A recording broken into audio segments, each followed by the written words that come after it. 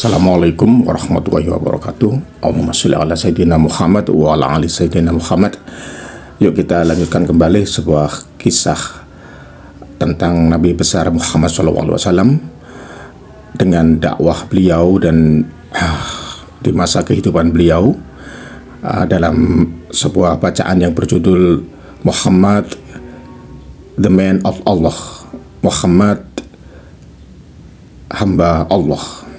Nah, di sini man itu diartikan bukan manusia tetapi hamba ya. Lebih tepatnya hamba.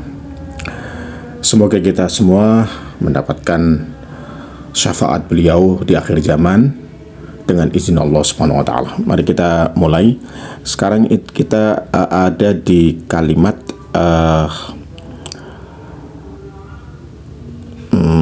ini true ya. True, this was a precarious state of affairs. True di sini berarti tepat atau pastinya, bisa berarti benar atau pastinya. This was a precarious state of affairs. Jadi maksudnya kita tahu bahwa di kisah sebelumnya itu orang-orang suku Badui, ya, suku yang ada di Jazirah Arab itu saling bermusuhan dalam pengertian berperang ya, karena ada yang pro dan kontra itu, dan ini kan menjadi satu pertanda yang kurang baik ya.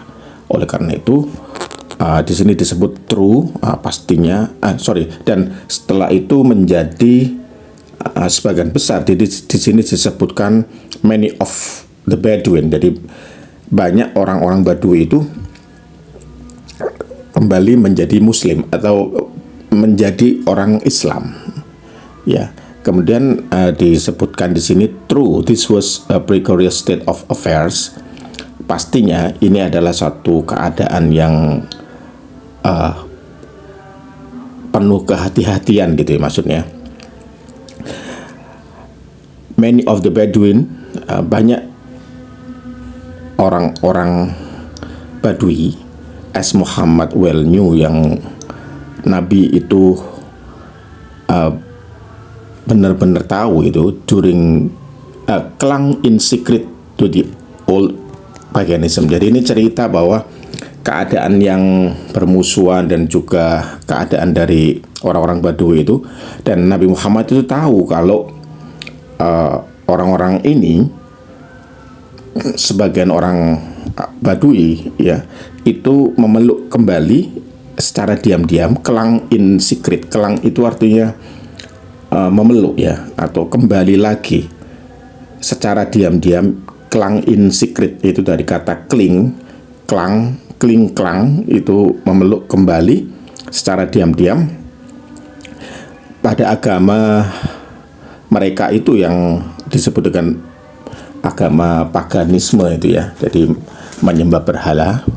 But against all the odds, tetapi hal-hal yang seperti itu semuanya, jadi hal-hal yang aneh-aneh gitu ya, yang tidak diinginkan itu, maksudnya this Arab unity was preserved. Jadi memang ada yang kembali ke agama mereka yang dulu paganis ya, yang menyembah berhala, tapi keutuhan dari orang-orang Arab itu masih terjaga, preserved. Muhammad had political gifts of a very high order. Nabi Muhammad itu memiliki bakat gitu ya. Jadi di sini disebut dengan gift, itu kelebihan lah, bisa diartikan kelebihan atau diartikan bakat. Of a very high order. Jadi kelebihan bakat politik yang tinggi lah, begitu maksudnya. He had entirely transformed the condition of his people. Beliau secara keseluruhan itu, atau secara total gitu ya, telah mengubah kondisi masyarakatnya, yaitu orang-orang Arab itu, rescued them, jadi mengubah kondisi orang-orang Arab itu dan juga menyelamatkan mereka from fruitless violence, dari violence itu kekejaman, ya, kekejaman yang tadinya itu betul-betul buas gitu ya, menjadi tidak, ya, jadi ya ada tetapi fruitless, jadi artinya hampir nggak ada kekejaman lagi atau kejahatan gitu ya, violence and disintegration, dan tidak ada juga keretakan, disintegrasi, and given them a proud new identity, dan Nabi memberikan mereka itu kebanggaan identitas baru. They were now ready to find their own unique culture.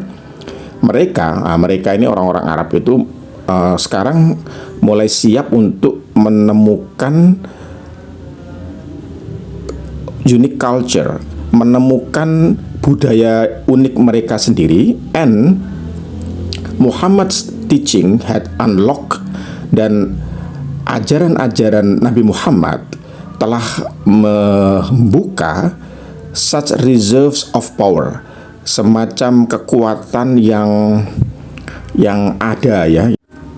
Arti kata reserve yang sebenarnya itu adalah cadangan, jadi kekuatan cadangan, jadi maksudnya kekuatan yang ada, that within 100 years,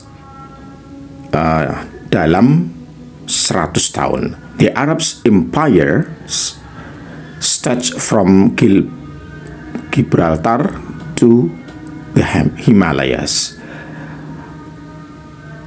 Kekuasaan Arab itu mulai terbentang dari Gibraltar, ya. Gibraltar itu ada di daerah Spanyol, to the Himalaya, sampai ke India, ya, Himalaya di India. Jadi selama waktu 100 tahun itu kekuatan daripada Islam itu terbentang dari Spanyol ke India, tepatnya di Gibraltar, dan Gibraltar sampai ke Himalaya.